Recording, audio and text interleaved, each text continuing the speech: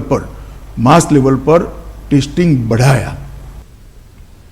और कांग्रेस का कहना है कि हुकूमत जब भी पार्लियामेंट का इजलास तलब करेगी वो अपोजिशन के नाते सवाल जवाब करने को तैयार है। कांग्रेस के सीनियर लीडर आनंद शर्मा वजीर दाखिला अमित शाह के उस बयान पर तबसरा कर रहे थे जिसमें उन्होंने कहा था कि पार्लियामेंट इजलास में तमाम सवालात के जवाब दिए जाएंगे। मौजूदा सरकार की उनके कार्यकाल में जो हुआ वो जिम्मेवारी बनती है।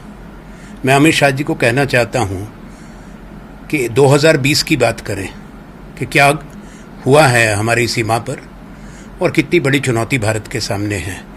ये विषय दो राजनीतिक दलों का नहीं है, पूरे भारत का है, भारत की अखंडता का, भारत की सुरक्षा का। तो पूरे देश में गहरी चिंता है।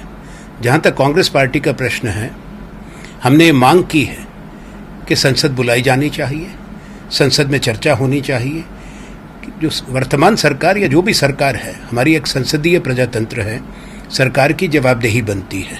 तो ये कोई एहसान नहीं होगा, सरकार का दायित्व है कि संसद को बताएं और संसद के सदस्य का अधिकार है कि वो सरकार से जवाब मांगे और सरकार से सवाल करें।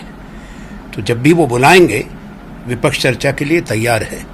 हाँ, एक बात ज़रूर मैं कहूँगा, हम इस पे एक देश की एकजुटता और आम सहमति चाहते हैं।